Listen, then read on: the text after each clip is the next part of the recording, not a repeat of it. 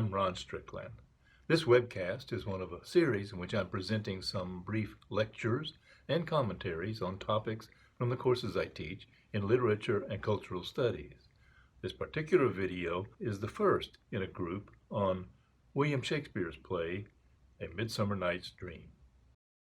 I want to begin by giving you some critical background for thinking about comedic drama. One tradition of criticism and scholarship is called archetypal. Archetypes are recurring patterns that are common to human experience across different times of history, different places, different cultures, and in some deep way, so the argument goes, they have an effect on human consciousness and experience and behavior. For example, the pattern of birth, growth, maturation to death that's experienced by all humans, animals, and plants would be an archetypal pattern. One way of thinking about comedy is to say that comedy often invokes a spirit of disruption, of rebellion, of irreverence, of liberation. Laughter in general and comedy in particular is a way for those who don't have as much power in a society to equalize the balance somewhat against those who do have power, or simply to express dissatisfaction with social constraints or simply the way things are, just by busting loose and having a good time. The disruptive tendency in comedy might be associated with satire, the comic impulse to ridicule someone who is taking himself or herself too seriously, or satire that is used to criticize, obliquely or indirectly maybe, leadership with which one disagrees. Opposed to that disruptive archetypal pattern might be the restorative comedy.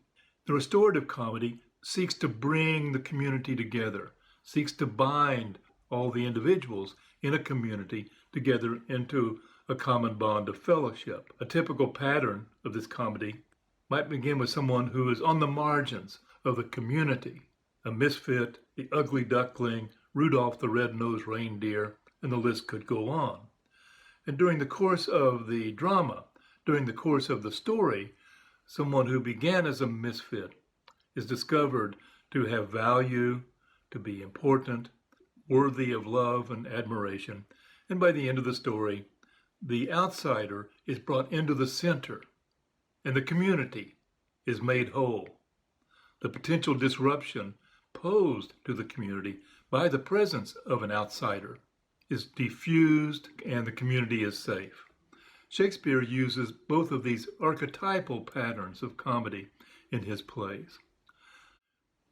Another critical framework for thinking about comedy in large terms would be to look at the historical evolution of comedy in the European tradition.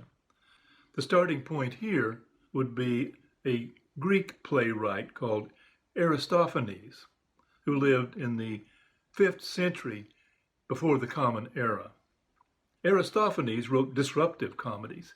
He wrote satires, often with animals like frogs or birds as characters standing in for public figures whom he wished to criticize. He also wrote one play, still performed fairly often, called Lysistrata, in which the women of the community all go on a sex strike. They refuse to have sex until the men agree to stop fighting. Critics and scholars now call the comedy of Aristophanes, and those who wrote at the same time, the old comedy. And in the next century, in the 4th century, before the Common Era, a playwright called Menander developed a new form of comedy, which tended more in the direction of the restorative pattern, the restorative archetype that I mentioned before. Menander's restorative comedy is now called by critics and scholars the new comedy of ancient Greece, to distinguish it from the old comedy, the satiric disruptive comedy of Aristophanes. A few hundred years later, a couple of poets in ancient Rome picked up and elaborated Menander's new comedy. In the comedies of Plautus and Terence, There's a typical pattern. A young boy and a young girl fall in love at the beginning of the play. But there's an obstacle. Her parents disapprove of the young man. Maybe he doesn't have enough money, maybe they don't like his family. So the course of the action involves how the young couple will circumvent the disapproval of her parents and find a way to get together and to convince the parents to accept the outcome at the end of the play. Oftentimes, there's a sympathetic servant or some sympathetic uncle, some member of the older generation who sympathizes with the young people and will help them get around the block presented by the parents. Maybe the young couple elope, maybe the sympathetic servant helps them break the news to the parents and resolves all the tensions.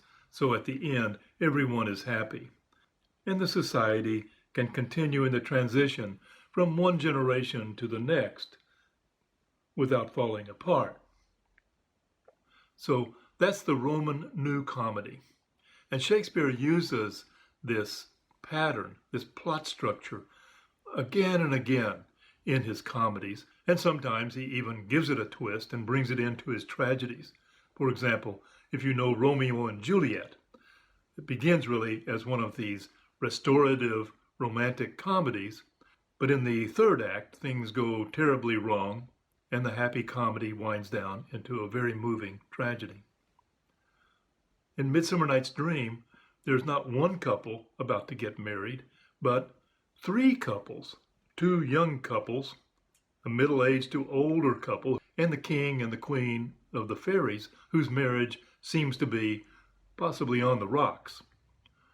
Add to that a play within the play of Pyramus and Thisbe, performed by a group of amateur actors at the end of the play.